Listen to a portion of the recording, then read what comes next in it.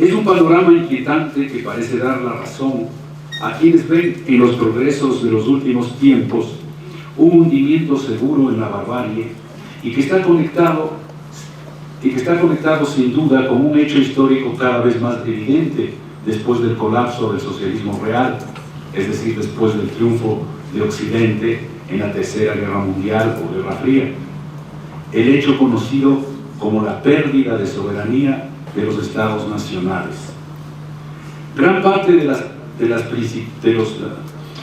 los principales asuntos políticos que reflejaban problemas cruciales de orden económico y social y que solían ser la materia sobre la cual la actividad política nacional creía tener una capacidad de decisión, han pasado hoy en día a ser asuntos que competen a una entidad estatal transnacional, virtual, y sobre los que ella, aún en ciernes, pero ya efectiva, ostenta el poder de decisión. En ella se articulan de manera todavía incoherente instituciones como el Banco Mundial, el Fondo Monetario Internacional, la Organización Mundial de Comercio, los tratados comerciales de preferencia, como el TLC, por ejemplo, entre otras menos protagónicas, pero igualmente eficaces. Se trata de una entidad difusa que responde espontáneamente desde el automatismo propio de la economía capitalista a una necesidad que es apremiante desde hace ya más de un siglo, dada la creciente articulación técnica, más allá o por debajo de la articulación mercantil, comercial, de las fuerzas productivas a escala planetaria. La necesidad de poner en pie un gobierno mundial.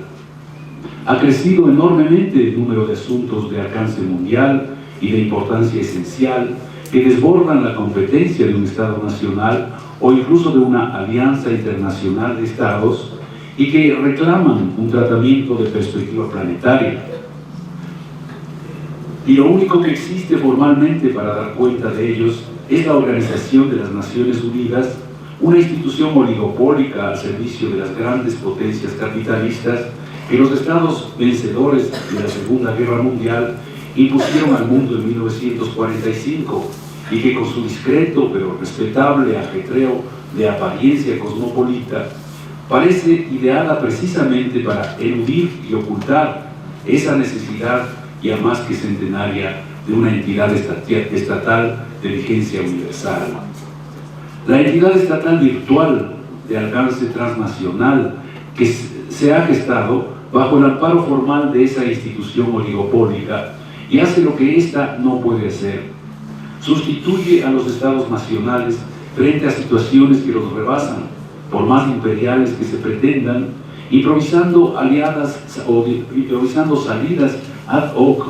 que terminan por perpetuar la irracionalidad de un acontecer mundial al que intereses estatales particulares lo condenan a no reconocerse ni asumirse como tal.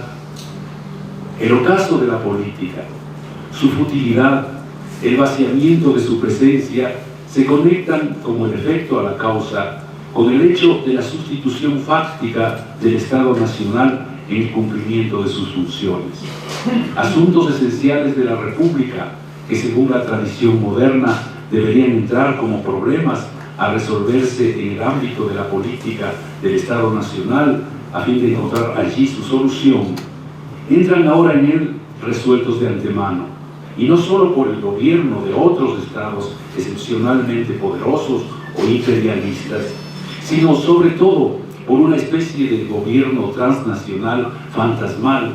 que parece confundirse con el de esos estados superpoderosos, pero que en verdad es diferente y más poderoso que él, pues sus disposiciones desbordan y subordinan de antemano toda posible toma de decisión estatal nacional. El Estado Nacional ha sido durante ya varios siglos la empresa económico-política en torno a la cual se ha organizado la vida social del ser humano moderno. No hay característica del comportamiento civilizado moderno que no remita de manera más o menos directa a su existencia. Su crisis actual debe ser vista así como un momento central de la crisis de la modernidad capitalista en su conjunto. Por ello, No es ocioso volver sobre la más básica de las preguntas acerca de él. ¿Cuál ha sido la necesidad de que exista algo así como un Estado nacional? ¿Qué sucede actualmente con esa necesidad? Es una necesidad que, pese a todo, sigue teniendo vigencia, aunque de manera diferente a la tradicional. La necesidad más elemental de que en la historia moderna exista algo así como un Estado nacional se gestó sobre todo a finales del siglo XVIII y comienzos del siglo XIX como resultado de una insólita especie de inmadurez, entre comillas, de los medios de producción a escala mundial respecto del modo capitalista de ponerlo en actividad. En efecto, la obligación de nacionalizarse le viene a la economía mundial del hecho de que el proceso de acumulación del capital, que es esencialmente un proceso de alcance universal, debió subsumir bajo su funcionamiento en su reino donde no se pone el sol a un proceso de trabajo o de reproducción de la riqueza social cuyo campo instrumental, pese a encontrarse interconectado por mediación de una realidad planetaria omniabarcante como es el mercado mundial, no poseía la capacidad técnica de funcionar unitariamente como un solo medio de producción sistemáticamente articulado a escala planetaria, capacidad que solo recibirá 2 siglos más tarde gracias a la técnica electrónica de la comunicación. Múltiples y muy variados factores renuentes a la uniformización mercantil y provenientes de las particularidades naturales de las innumerables unidades económico-políticas de población y territorio,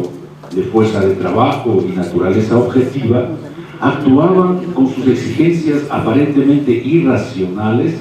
para obstaculizar o de plano impedir la formación de una tasa media de valorización del capital en general. Una reproducción unitaria del capital se volvía imposible y anulaba así la existencia real de un capital único o general que sin embargo existía ya formalmente. La acumulación del capital en general debió así constituirse concretamente adoptando la modalidad de un concurso competitivo de muchos capitales o muchos conglomerados de acumulación de capital, de un encuentro hostil entre los muchos grupos de capital empeñados en procesos de acumulación particulares, técnicamente independientes los unos de los otros, interconectados entre sí solo gracias a una guerra mercantil de todos contra todos por la supervivencia sobre el escenario del mercado mundial o esfera global de la circulación de mercancías y dinero. Los estados modernos son, en el plano más básico de su existencia, empresas colectivas particulares de acumulación de capital, de explotación del plusvalor generado por los trabajadores, empresas capaces de ganarse una posición en el mercado mundial en virtud de que aglutinan en torno a sí a una masa considerable de actividades privadas de reproducción económica,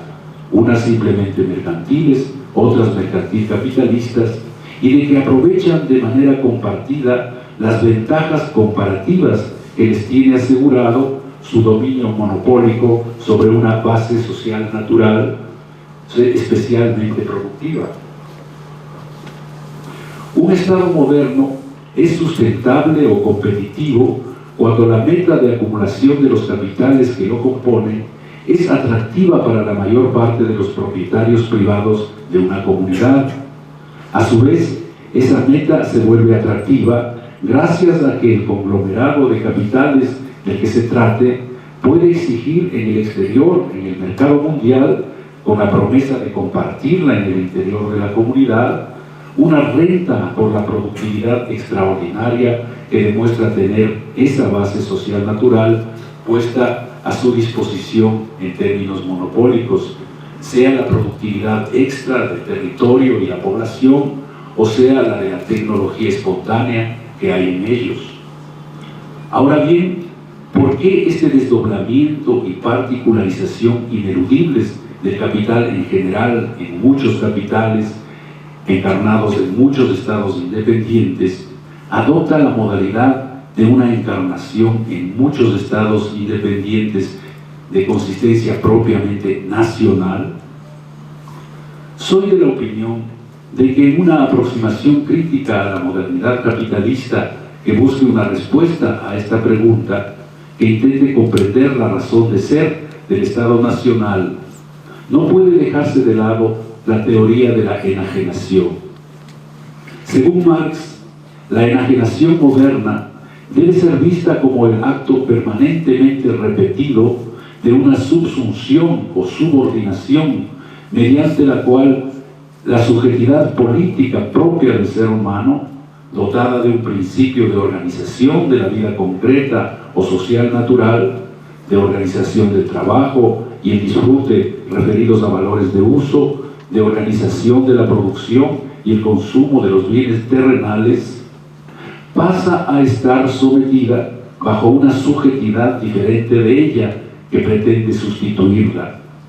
Esta subjetividad cósmica o económica posee su propio principio de organización de la vida humana que contradice diametralmente al principio fundamental o social natural puesto por la primera subjetividad.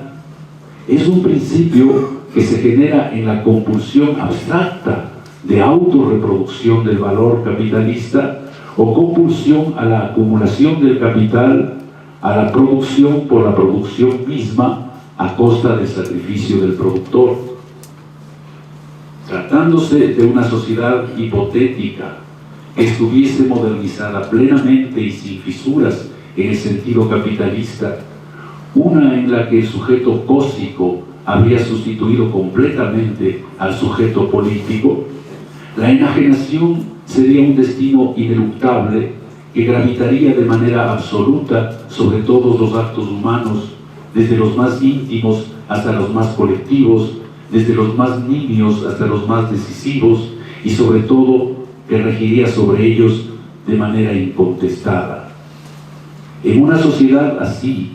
la reproducción humana en su forma de valor, su funcionamiento de acuerdo al criterio de la acumulación capitalista, se habría convertido en la mediación ineludible de todo el proceso social natural de la vida humana y por lo tanto de todo proceso productivo o de transformación de la naturaleza. La necesidad de que en la vida moderna exista algo así como un Estado nacional resulta descifrable desde la perspectiva de esta teoría de la enajenación. En efecto, el carácter nacional del Estado proviene del hecho histórico real de que una sociedad así como la descrita resultaría imposible, dado que el sujeto cósmico o enajenado, el valor económico capitalista, necesita para existir de la subjetividad política de la comunidad viva y no puede por tanto aniquilarla. El dominio del capital sobre la modernización de la sociedad se encuentra siempre cuestionado por esta, que es su sustento, y solo puede cumplirse efectivamente a través de compromisos entablados por dicho capital con la realidad natural de esa sociedad. Pese a estar siendo sometida por la dinámica de la riqueza en su forma de valor, la dinámica propia de la sociedad en su forma natural es siempre, de todos modos, el fundamento y la condición de existencia indispensable de esa riqueza abstracta que se autovaloriza y está por ello en capacidad de oponerle resistencia y de negociar con ella los términos de su sometimiento. El Estado Nacional es un conjunto institucional puesto por la empresa capitalista de acumulación, pero identificado según los rasgos vivos de la comunidad o nación natural que le sirve de portadora y le permite existir como una república históricamente concreta. Son rasgos que si pasan a conformar la identidad de esa comunidad nacional moderna, comunidad que no por artificial e imaginaria deja de ser efectiva, solo lo hacen negociando siempre de nuevo su alteración y acondicionamiento por esa empresa histórica capitalista. Aquella parte mayoritaria o no que dentro de una comunidad existe ya como sociedad civil, como un conjunto de propietarios privados, sean capitalistas o no capitalistas, como los trabajadores, se convierte en el vehículo o soporte antropológico de la empresa histórica estatal de acumulación de capital. Es decir, se identifica con tal empresa solo cuando acepta convencerse de que es una empresa propia suya, generada por ella misma, fruto de su propia subjetividad y no una empresa exterior e impuesta sobre ella. Solo cuando llega a confundir la pseudo-subjetividad política del Estado capitalista con la subjetividad política comunitaria que le fue arrebatada, cuando llega a vivir la ilusión de ser partícipe de esa pseudo-subjetividad cósmica, instalada en tal ilusión, la comunidad comienza a existir de acuerdo a una figura de sí misma que la identifica como una comunidad cuya autorrealización en la empresa estatal capitalista coincide con su propia acción de sostenerla. Para ello, la comunidad se reconstruye autodisciplinándose, desechando un sinnúmero de sus potencialidades y exagerando otras, reconfigurándose para corresponder al ideal de nación que el Estado requiere. Solo metamorfoseada en nación de Estado, solo en tanto que sujeto ilusorio, la comunidad de propietarios privados puede pretender que es ella la que guía al capital, mientras de verdad es este quien le impone su destino. Convencida de que el Estado es una emanación suya, la comunidad en figura de nación no hace sin embargo otra cosa que servir de encarnación concreta al impulso anónimo, abstracto, inhumano e irracional del valor mercantil capitalista, que requiere indispensablemente de un rostro y un sentido de apariencia humana para ponerse a funcionar adecuadamente en calidad de uno más de esos muchos capitales en los que se desdobla para existir como capital global o capital en general. En el cambio de siglo actual, sigue siendo una necesidad tan esencial y apremiante como siempre la que tiene el valor económico capitalista de cumplir con su esencia de sujeto sustitutivo, cósmico o enajenado, esto es, de subsumir a la existencia social concreta bajo su peculiar dinámica socializadora. No puede decirse lo mismo, sin embargo, de las condiciones reales en las que el capital debe satisfacer esa necesidad. Estas se han alterado sustancialmente a lo largo del siglo XX. Son condiciones nuevas que llevan a romper con la tradición, según la cual la construcción y el mantenimiento del Estado Nacional, con su acción que reconforma poblaciones, territorios y tecnologías naturales, tiene que ser el recurso privilegiado del capital en la búsqueda de una consistencia histórico concreta para sí mismo. Como decíamos al comenzar esta ponencia,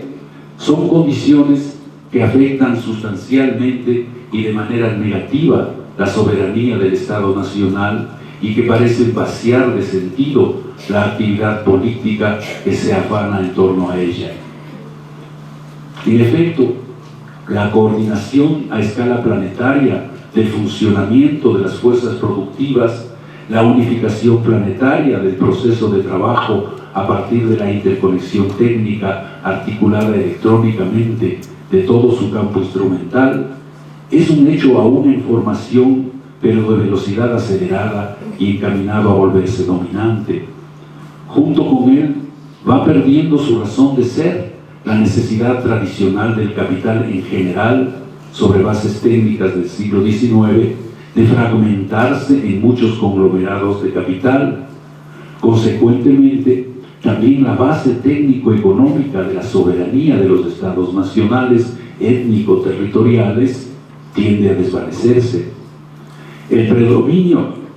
del monopolio de la tecnología sobre los otros dos monopolios, el del territorio y el de la población, como fundamento de la apropiación de una renta en el mercado capitalista mundial, es uno de los hechos más característicos de la historia económica en el siglo XX.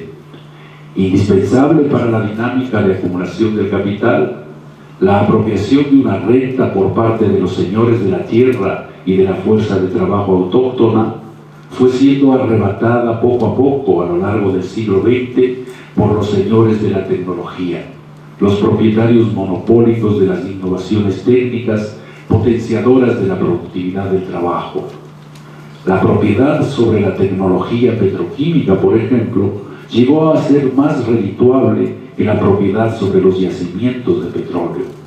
La capacidad técnica de la fuerza de trabajo llegó a ser más productiva y mejor explotable que las virtudes, sean estas somáticas o identitarias, de los propietarios de la fuerza de trabajo. Consecuentemente, al ser vencidas por la superioridad productiva de una tecnología que es por naturaleza supranacional, las ventajas comparativas nacionales de la población y el territorio dejaron de ser tan decisivas para la soberanía estatal como lo eran hace 200 años, cuando los conglomerados de capitales las aprovecharon para afirmarse a sí mismos en calidad de empresas estatales nacionales. Sin embargo,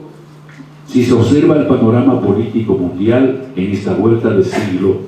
a la par que se multiplican los indicios de que las condiciones que propiciaron la existencia del Estado Nacional como empresa histórica se han debilitado sustancialmente, hay también suficientes pruebas de lo contrario, de una persistencia recalcitrante de ese mismo tipo de Estado. Abandonado por su sustento infraestructural, el Estado Nacional moderno parece, no obstante, poder mantenerse en vida. Paradójicamente, la nación parece poder llevar una vida postnacional. Modificado en un sentido o en otro, el Estado Nacional sigue jugando un papel determinante en la historia de esta vuelta de siglo, desde las regiones centrales de la geografía capitalista hasta las regiones periféricas. Los grandes estados nacionales, sean singulares como China o los Estados Unidos, o colectivos como la Unión Europea, retoman con fuerza su vocación nacionalista imperialista. Y lo mismo, aunque en el sentido inverso, ocurre también con estados nacionales relativamente menores, como los latinoamericanos. Un nuevo tipo de nacionalismo parece verse allí como la condición indispensable de la restauración de las repúblicas fundadas hace 200 años. Se trata, como puede verse, de una situación ambivalente que obliga a plantearse la siguiente pregunta: ¿qué función puede asumir la nación de un Estado, la nación de Estado,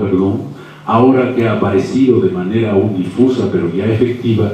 una nueva entidad estatal cuyas dimensiones tienen de entrada un alcance global o transnacional? En mi opinión, la respuesta a esta pregunta pasa por una consideración crítica del fenómeno que desde hace 25 años, cuando los estados capitalistas comenzaron a recurrir a la política económica neoliberal, se ha dado en llamar globalización. Pienso que la única manera de plantear este problema desde la perspectiva crítica es la de considerar a la globalización como una pseudo-realización de la planetarización de las fuerzas productivas. Las fuerzas productivas, como habíamos dicho anteriormente, han progresado en términos técnicos a lo largo del siglo XX y podemos hablar actualmente de un hecho real, efectivo, que es el de que las fuerzas productivas se encuentran trabajando ya en términos planetarios. Los procesos de trabajo de las grandes empresas, por ejemplo, son procesos de trabajo que funcionan simultáneamente en múltiples unidades de producción coordinadas entre sí a todo lo ancho del planeta. Ahora bien, la realización a la manera capitalista de las transformaciones de las fuerzas productivas es necesariamente deformadora de las mismas. No respeta la tendencia inherente a las mismas, sino que las encausa según la lógica de la valorización. Como digo, esto es evidente en el caso de una transformación determinante del siglo XX,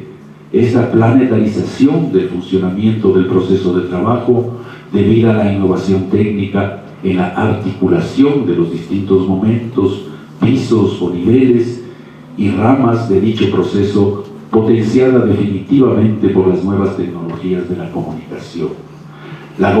globalización financiera de los capitales, con el neoliberalismo como su facilitador, sería la versión capitalista de esa planetarización, la mediación de la misma. La transnacionalización de la entidad estatal es el resultado de esa pseudo-planetarización global y neoliberal de la realidad productiva. El capitalismo, incapaz de dar cuenta de la planetarización de las fuerzas productivas, la reemplazó con una globalización financiera de la economía mundial, la misma que, si bien debilitó a los estados nacionales, no fue capaz de sustituirlos. Como es de esperarse, en el caso de los estados oligárquicos fundados hace 200 años en América Latina, para estos estados participar en la globalización significó convertirse en administradores de su propia quiebra económica, en encargados de negociar la entrega de sus ventajas demográficas y territoriales, es decir, de sus propias bases, a cambio de las franquicias tecnológicas indispensables para sostener la llamada vida civilizada de la modernidad capitalista. No es de extrañar, por esta razón, que el proceso de globalización haya llevado a los más indefensos de los estados nacionales capitalistas a convertirse no solo en estados subastadores de sus ventajas naturales, sino además en estados negreros, que permiten la violación de su monopolio sobre la masa de fuerza de trabajo que formalmente les pertenece, dotada de virtudes autóctonas, a cambio del efecto estabilizador de sus economías que alcanzan con la ampliación extraterritorial de las fuentes de empleo, formales e informales. La industria maquiladora, sea que se realice a través de plantas de enclave de la economía extranjera en la nacional, o a través de la absorción en el extranjero de destacamientos de la fuerza de trabajo huésped, ha sido el tipo de industria característico de esta globalización de las economías nacionales del llamado tercer mundo.